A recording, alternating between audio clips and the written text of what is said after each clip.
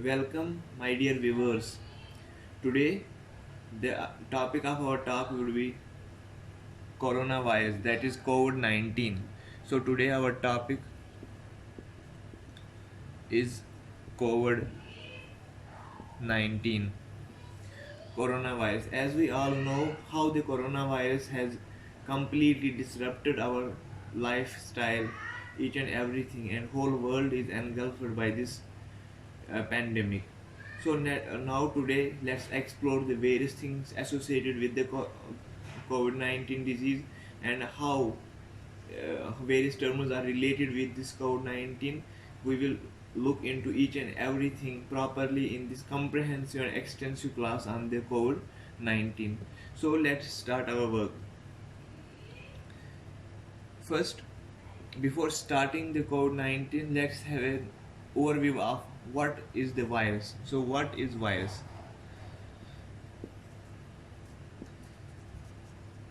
Because most of times although we know about the coronavirus disease, but we don't know this basic things, that is what is virus, what is COVID-19, was coronavirus before or not. So today we will look into these things.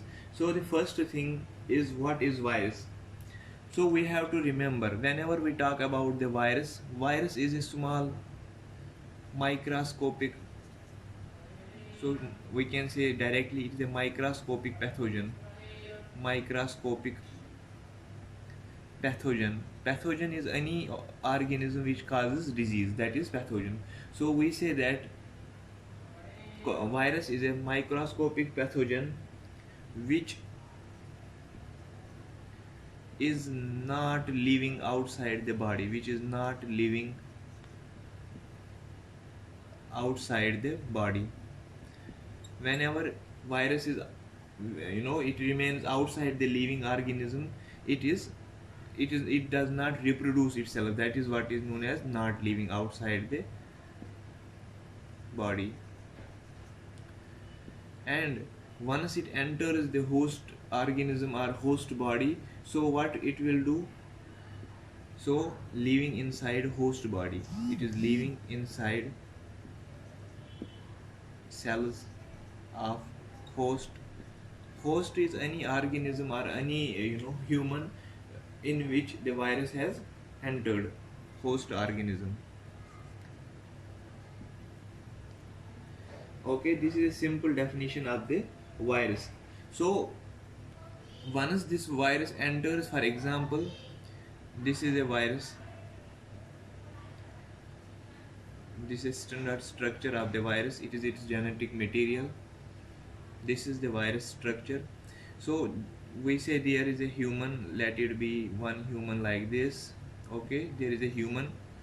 Now this virus, it entered into the body of an organism. Once it enters the body of an organism, it start replicating, it start making its own copies, it start reproducing. So it replicates itself inside human body. Okay, inside any organism, or we can say directly inside host organism. Okay,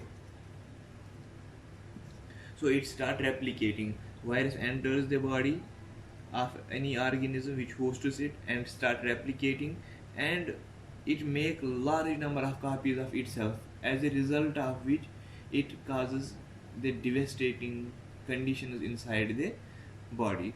So it was just a simple definition of virus. So now we will look at the structure of the virus, little bit structure. If we see the virus particles, these are minute particles, these are microscopic objects. So we see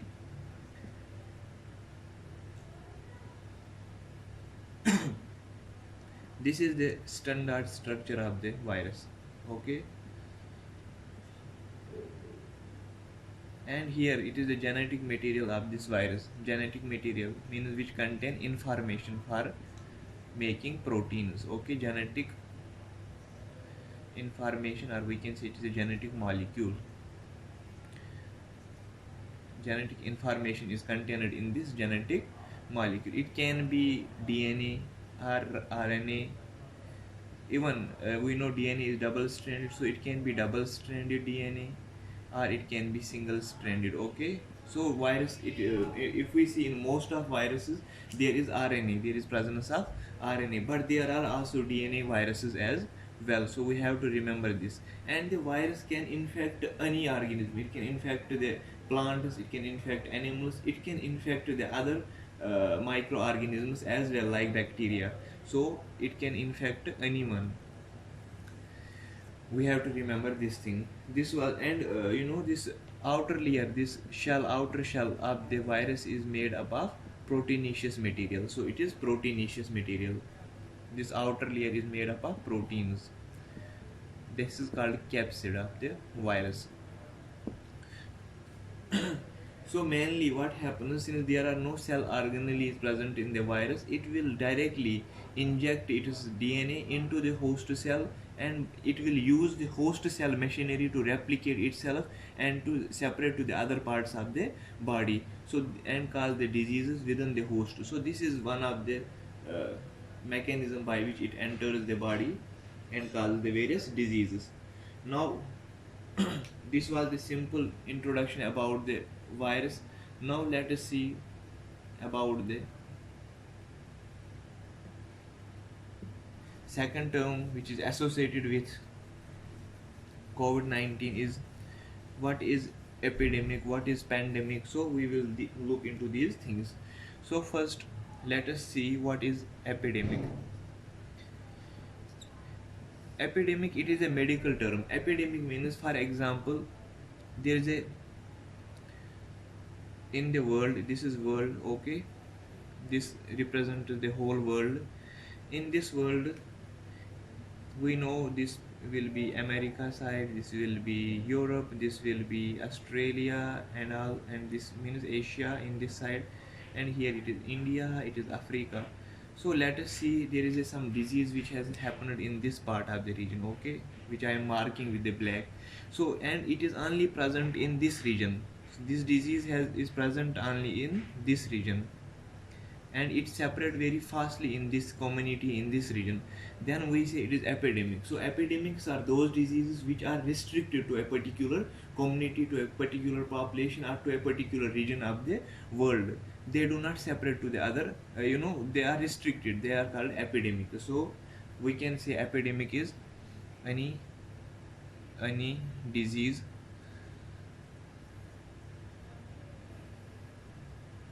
which is restricted to any particular region of, to any particular region of country, okay, or to any population or community, that is called epidemic. So epidemic usually remain within the country, but when this epidemic starts separating to the other parts of the country or to the other regions of the world, then what it becomes, it turns into a pandemic. So second term is pandemic. Pandemic, present everywhere, pandemic. So when epidemic separates faster, so we can say that pandemic is the disease which separates faster in different regions of world, in different continents, regions of the world, okay, it separates throughout the world very rapidly, then we can say that it is a pandemic. So this was all about the pandemics. Now these epidemics or pandemics, these are various types, like there are minor pandemic, major pandemics of the world. If we see minor pandemics, they occur, they affect a small population, but major pandemics, they affect the large population at the same time. So we have to keep this thing into mind. With the pandemic, there is also one more thing that is associated with pandemic, this epidemic, that is epidemic act of 1897. So this was an act which prohibit, this act, it prevent the separate, it was designed to prevent the separate of the, this act was brought into to prevent separate an epidemic of an epidemic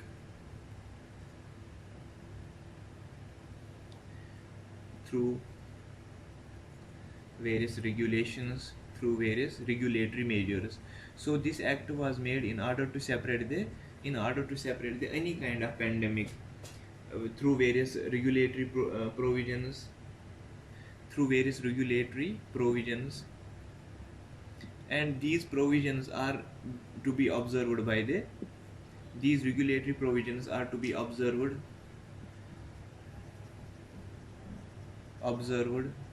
by the citizens, okay, by the public at large, by the public at large, to prevent the outbreak of the disease. So this was Epidemic Act of 1897. So the main aim and the objective of the Epidemic Act of 1897 was to prevent the spread of any pandemic through the various regulatory measures, through the various regulatory provisions, and these provisions, these measures are to be observed by the public. So anybody, and then there is one more thing associated with this, anybody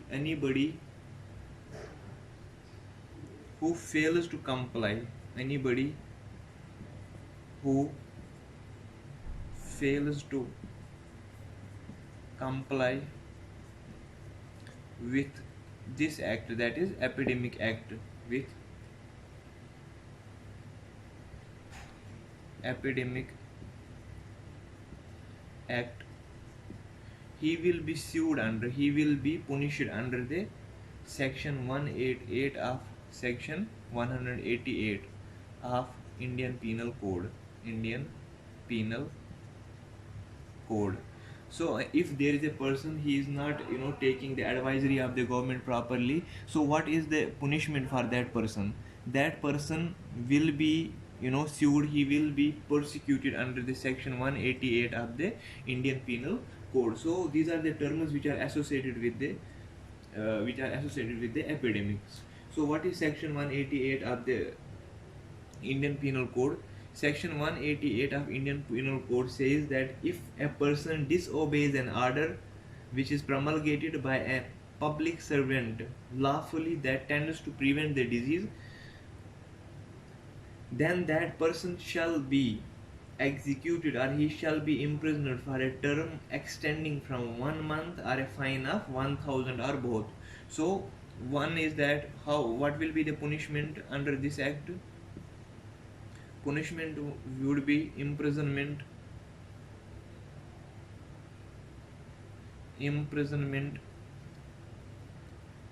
of 1 month or fine of 1000, okay, fine 1000 rupees, और बहुत, या तो इसको 1 महीने के लिए बंद किया जाएगा और इसको 1000 रुपये का फाइन लगेगा, या दोनों चीज़ें इस पे आ सकती है, okay. Now if the person is not at all, he is going against the law and he is causing injury to the health and the health of himself and health of others, so there is also other provision that in that case his punishment for self disobedience, for disobedience which causes injury to others, okay, जो दूसरों को नुकसान करेगा, उसके लिए punishment क्या है? It will be the imprisonment for 6 months, imprisonment for 6 months, okay, 6 महीने के लिए इसको बंद किया जाएगा, या इस पे फाइन लगाया जाएगा, that fine up to 1000 rupees, okay, 1000 rupees or both, या दोनों, इसको ये दोनों चीज़ इस पे लगा सकते हैं. So punishment for disobedience is, in first case, that is imprisonment up to 1 month, and fine is 1000 rupees if the person does not comply with the regulations of the authority. And in second case it is imprisonment for 6 months when he disobeys completely. It is 6 months and fine is 1000 rupees or both. So this was all about the Epidemic Act of 1897 and this section 188 of Indian Penal Code.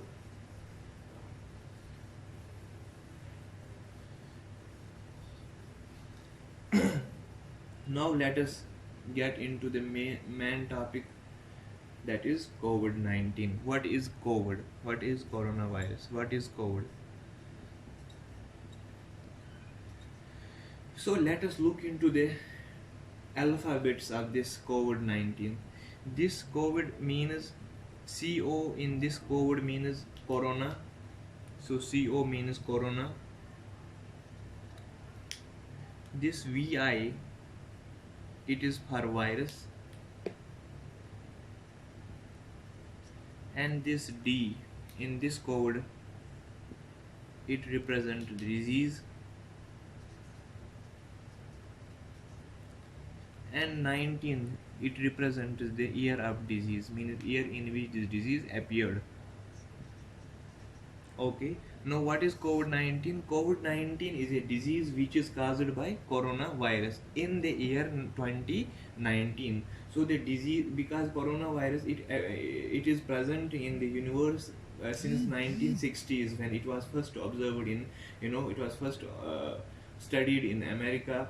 Then in 2002 2003 we have two more, two different strains of the coronavirus, that were SARS and MERS, that is South Asia respiratory, that is severe acute respiratory syndrome, not South Asia, sorry. So if we see the in 2002 it was SARS, that is severe acute respiratory syndrome, and in 2003 it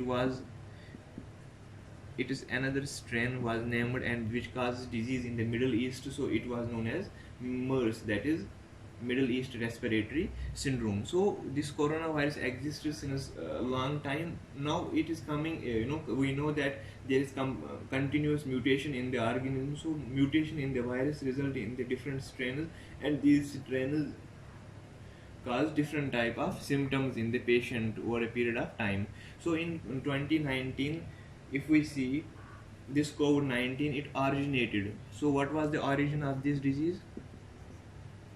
It originated in a small province of Wuhan in China. Okay, this is Wuhan province in China. Okay, it originated from Wuhan province in China. So how we come to know that it originated? Initially, the World Health Organization reported that there were in Wuhan province, so there were so many pneumonia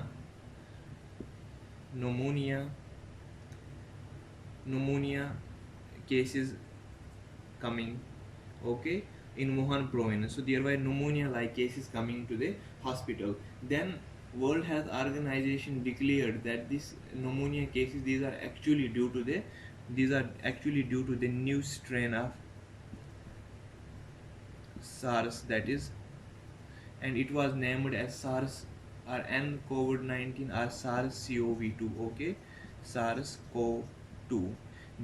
This was the name of this strain. So this was the World Health Organization said that it originated from the Wuhan province in the China. So, and initially there were reports of the viral pneumonia, but actually it was due to the coronavirus, that is the SARS-CoV-2. Now, what are the symptoms and what is the mode of transmission of this disease? Okay, so we till now we have learned about the coronavirus. In 2002 there was SARS, then 2003 there was MERS. Origin is Wuhan province in China. Initially it was reported to be a viral pneumonia, but later on World Health Organization declared it an pandemic. So now let us see a little bit chronology of symptoms, like what are the symptoms of this disease. Symptoms. So the first symptom is that a person may feel, little bit mild to moderate respiratory illnesses. So in respiratory illnesses, we know respiratory system. So there may be cough, okay, throat infection, yeah, throat soring, okay, cough, throat soring. There is fever, and cough is usually dry cough, okay. There is fever. So these are the various respiratory illnesses, and along with them there may be also some other things associated, like there is fatigue, means we feel tiredness, okay. There is also various others like loss of appetite, भूख नहीं लगती है, loss of appetite, loss of smell, okay. There is confusions. These are neurological conditions, and these only happen in the severe cases, okay. So these are the mild. When a person is infected, he get the mild to moderate respiratory illnesses. If he is not suffering from any complication, then he will be he will feel okay after a period of 10 to 15 days. But in age old persons and in persons who are suffering from any kind of complication or disease, know what will happen in them. So we can say that older people and people having other complication, जो बूढ़े होते हैं या जो हमारे बुज़ुर्ग लोग होते हैं, और बाकी जो भी पेशेंट हैं जो बाकी डिजीज़ से हैं, बाकी कॉम्प्लिकेशन लाइक उनमें cardiovascular, they are suffering from cardiovascular disease, they are suffering from kidney disease, they are suffering from diabetes, they are suffering from hypertension, okay, hypertension, or they are suffering from cancer, okay, are suffering from cancer. In these people and the old people, this coronavirus may become severe, so it may turn out to be very severe, and it may even cause even death. So in these patients it even cause death. Now this was about the symptoms of the COVID-19. Now let us have a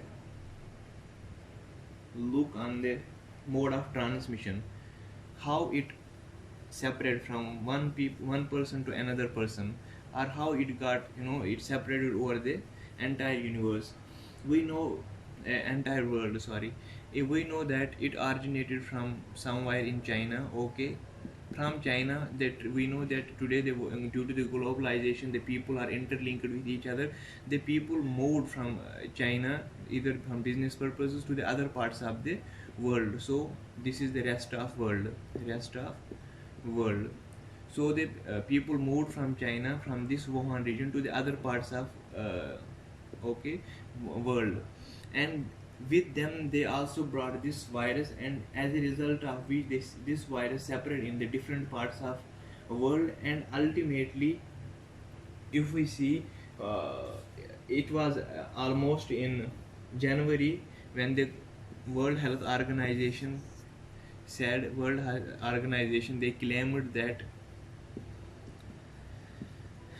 coronavirus has turned out to be a pandemic, and all the countries of the world, they should come up and with the safety gears against the coronavirus. So this was the main warning that was given by World Health Organization in January 2020, okay. Now what is the mode of transmission of this disease?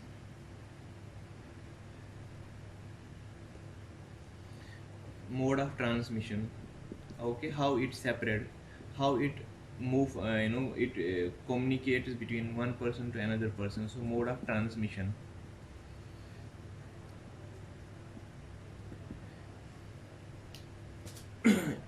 so if we see there is a person 1 like this is a person 1.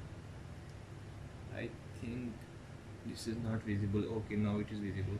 So this is person 1 and there is another person here. Okay, these are two persons, person A, person B.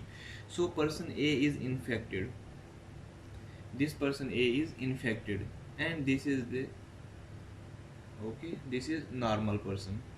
He is not suffering from the disease right now. Now whenever this infected person he sneezes, their droplets, they are exposed in air, as a result of which they travel through the agency of air and it can enter the person B, which is normal. Or whenever, so there is sneezing, or whenever this infected person coughing, or through nose droplets, or we can say nose droplets, this virus is present in the saliva as well. So whenever he sneezes, coughs, or he yawns, what this virus, it gets exposed to the air, as a result of which it start moving in the air and enters the respiratory system of the normal person. So this virus start entering into, and it enters into the respiratory system of the person B. So this person B, within 1 to 14 days, he will start developing symptoms. Okay, within 1 to 14 days he will start developing symptoms. He will develop the symptoms of this coronavirus. So this is the mode of transmission, means infected person through droplets, sneezing, coughing, and in or through other saliva, it goes into the body of the person B, which is normal. But after 1 to 14 days, the virus will start replicating inside the host organism and the symptoms will appear. So this was the mode of transmission. Now let us look into the one more thing that is associated with this COVID-19, is that how we test that a person is infected or not. So test for the COVID-19, testing of COVID-19, how we test the COVID-19. So there are two methods for this. Actually there are three methods. First is conventional method, then there is RT-PCR, there is conventional method, RT-PCR, and there is also rapid antigen testing. So we will look into these three tests properly. Okay, now let's rub this. First, in RT-PCR, what happens in RT-PCR? In RT-PCR, what happens is that we know R stands for reverse. In RT-PCR, R stands for reverse, T for transcription, and PCR stands for polymerase chain reaction. So reverse transcriptase polymerase chain reaction. Now first let us look what is reverse transcription and what is polymerase chain reaction. We know in RT-PCR, let us first look what is reverse transcription and what is polymerase chain reaction. We know in any biological system there is always transfer of information from DNA to RNA and RNA to proteins, okay, or DNA to DNA. This DNA to RNA, it is called transcription. When RNA is formed from DNA, this process is called transcription.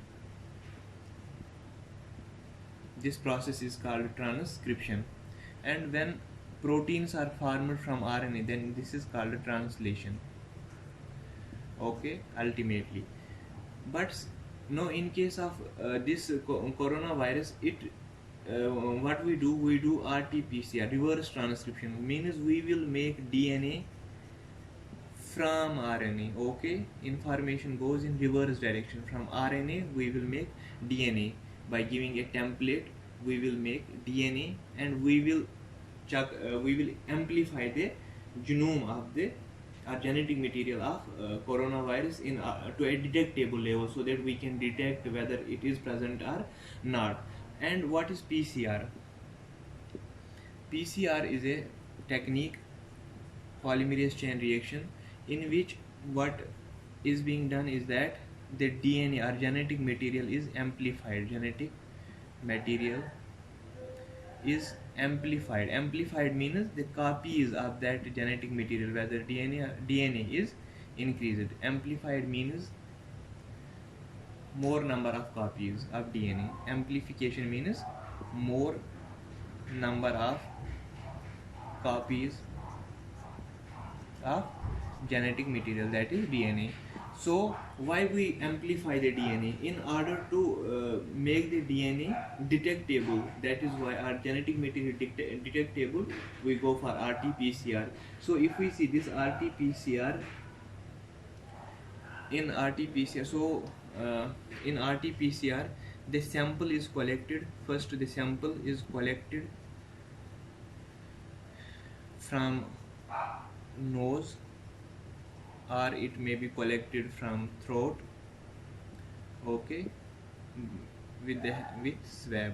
Okay, swab से एक sample लिया जाता है और उस sample को फिर क्या करते हैं, and that sample is then processed through the polymerase chain reaction, RT-PCR. DNA is amplified, genetic material is amplified, so to raise it to the detectable levels, to check whether the COVID-19 is present in that patient or not. So this is the mechanism of reverse that is RT-PCR. Now let us understand it through a diagram.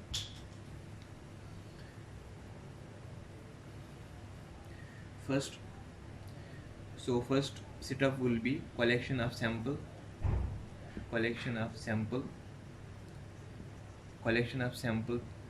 with swab. Okay, collection of sample with swab से हम पहले क्या करेंगे, sample को collect करेंगे, और दूसरा step क्या होगा, इस सैंपल को हम ट्रांसपोर्ट करेंगे to a laboratory via PCR.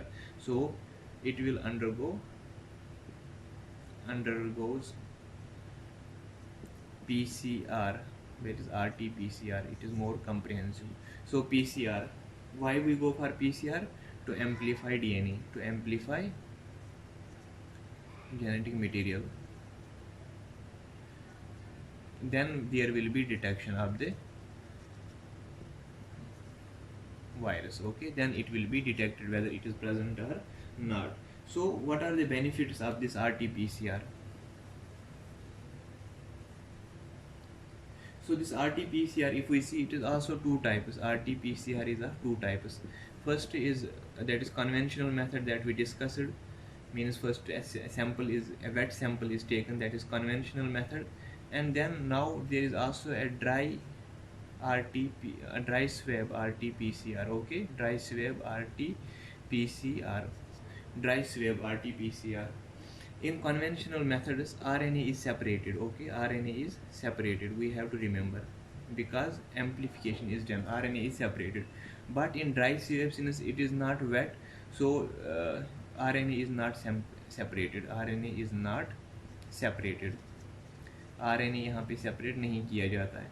Here in conventional method, if we see, there are chances of leakage. Okay, chances of leakage.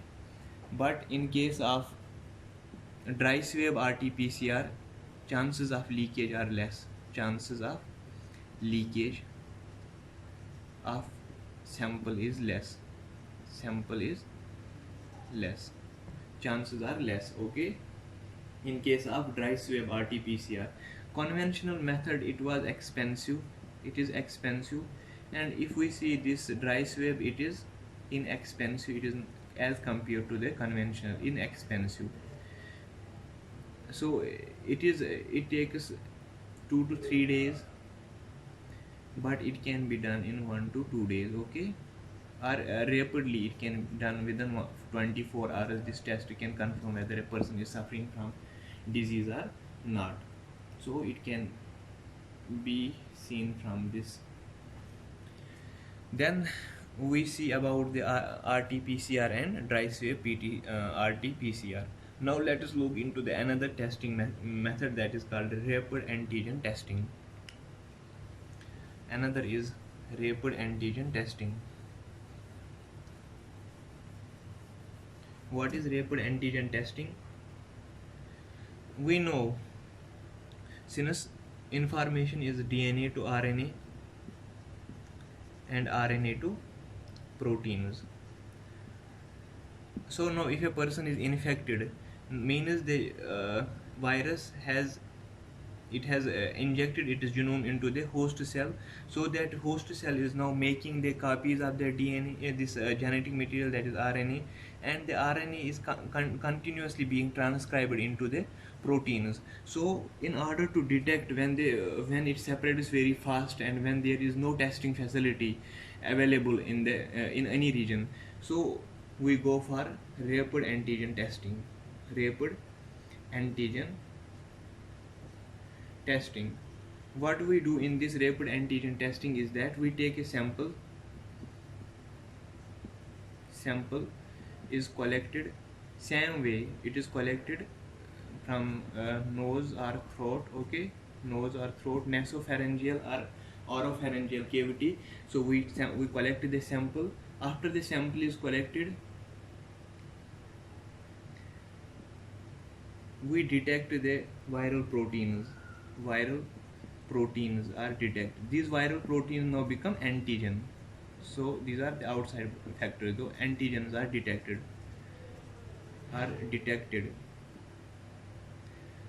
by a rapid test. So these antigens are detected by rapid test through the reaction between antibody antigen reaction. So the rapid antigen test is for that purpose. Now why we go for rapid antigen? What are the benefits of the rapid antigen test? First is it is inexpensive, that is it is cheaper than reverse transcriptase. Results are quick, means we get quick results, means within 15 to 30 minutes we get the result. But here we have to also, there is a disadvantage associated with this, that it is less accurate. So the accuracy is about 60 to 70%.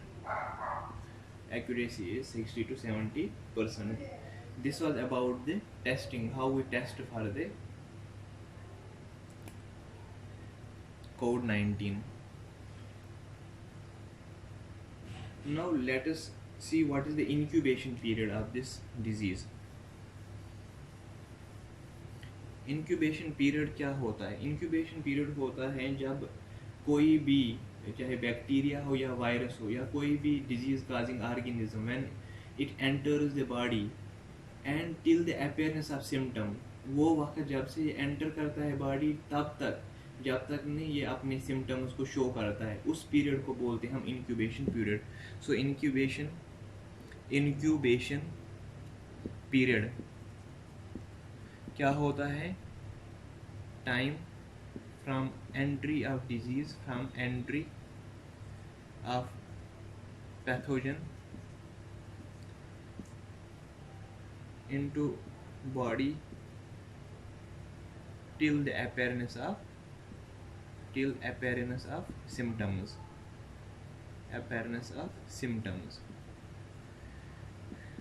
For example हम बोलेंगे कि जनवरी के first जनवरी first person ए जो है उसको एक on January first a person has been infected with virus. This first day, from this time till we say that on 5th January this person start developing symptoms. सो पहले दिन से लेके 5th day तक जो टाइम पीरियड है इसको बोलते हैं incubation, means in which the virus prepare itself to attack the organism, to attack the internal organs of the organism. That is called incubation period. So I think incubation period is clear to all. But now we will see what is the incubation period of in case of COVID-19. Corona virus का incubation period कितना है?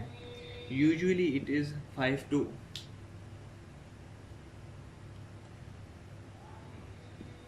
to 6 days, and it is also from 1 to 14 days. 14 दिन का incubation period होता है. That is why we say that a person should remain alone, he should be isolated if he is infected by the virus for a period of 14 days.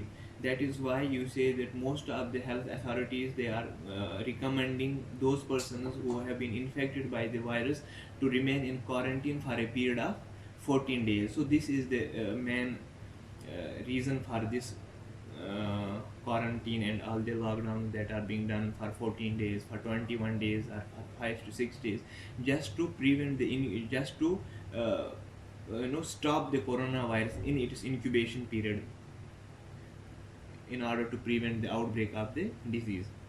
Now we will see some myths associated with this coronavirus. What is the big myth that is associated with the coronavirus, that people believe that this will happen? The first myth that is associated with coronavirus is that it cannot be treated with antibiotics. It cannot be treated with antibiotics. Antibiotics जो हम खाते हैं वो उससे ये ठीक नहीं हो सकता है. Why? Because it is a viral disease. ये बैक्टीरिया से नहीं होता है. जो एंटीबायोटिक हम लेते हैं, whenever we took antibiotics, they just counteract, they only reduce the effect of the bacterial disease or bacteria. They inhibit the bacterial reproduction. But since the COVID-19 it is a viral disease, so we can say that antibiotics did not work.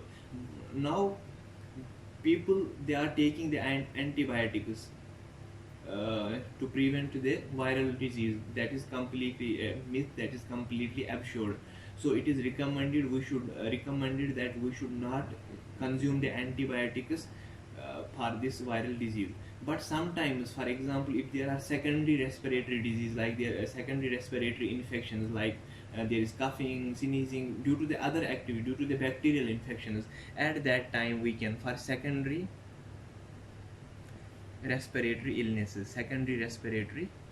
illnesses, or there are disorders, we can use the antibiotics. We can use antibiotics to prevent the secondary infections in the respiratory system. Otherwise, antibiotics can never be used to treat the viral disease. They are only meant for bacteria.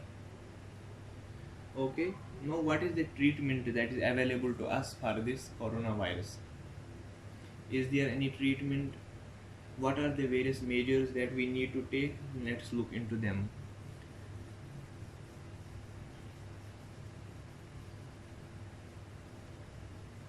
And in between, if you people like this series, please do share this more and more, so that more people will get benefited. Subscribe if you have not subscribed yet, and please do comment. That will help me to to improve the delivery of the lecture. Now, that is the treatment of cancer.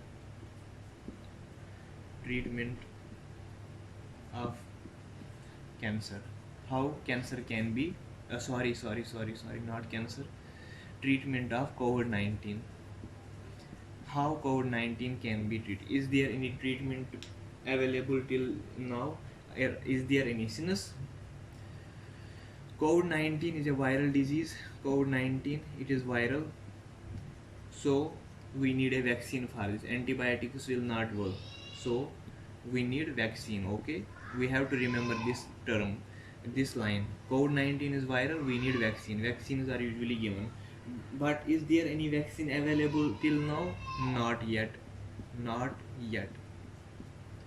No vaccine till now. Okay, no vaccine till now. Now, how can we prevent this disease? Because treatment is not available. How can we prevent this disease? Simple way, prevention. We have to remember this: prevention is better than cure. So better than cure. What we have to do? First thing, we have to observe the guidelines. Observe guidelines given by health authorities. Okay, whatever guidelines are being provided by health authorities, we have to observe them, we have to follow them. Okay, that is, we have to keep the social distancing, we have to wear the mask, we don't have to go to the places where there is overcrowding, and if we are suffering from the disease, we have to consult the doctor, and we have to go to the hospital so as to prevent the outbreak of that, to prevent the spread of disease to the other people as well. So these are the precautionary measures. Second, precautionary measures are done.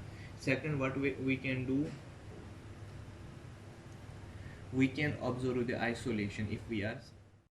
So the second thing that can be done is that isolation. If we know that we have symptoms of the coronavirus, we should isolate ourselves for a period of 14 days at least, so as to prevent the spread of the disease.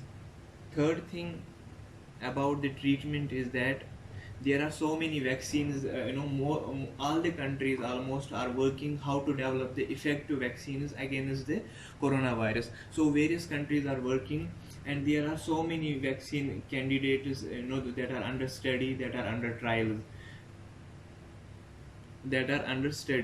which will work against the COVID-19. In case of India, because we live in India, so in case of India, there are three vaccine candidates. Three vaccine candidates are there. Three potential vaccine candidates, which have the potential to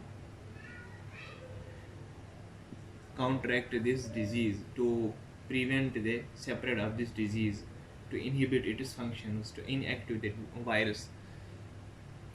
These vaccines, potential candidate vaccines that India is that are under study in India are, first is that is Covaxin, and it is work of Bharat Biotech. Covaxin is being developed by Bharat Biotech in association with ICMR, that is Indian Council of Medical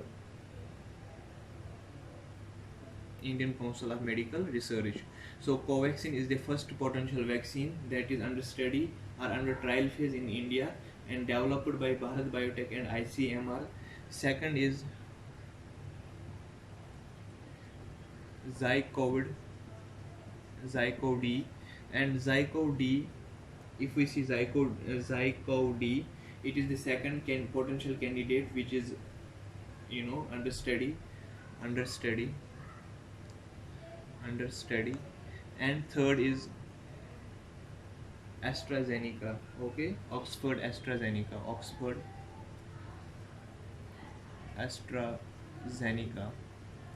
and it is the collaboration between this vaccine is collaboration. Oxford AstraZeneca is collaboration between. So here it is a collaboration between two bodies, that is Oxford University, and second is Serum Institute Pune, Serum Institute of India, Serum Institute Pune. Okay, so these two, that is collaboration between Oxford and Serum Institute, and they are together working to develop the vaccine Oxford AstraZeneca. Since all these vaccines are under trial phase, we have, unless and until they become effective and safe, until they are proved to be effective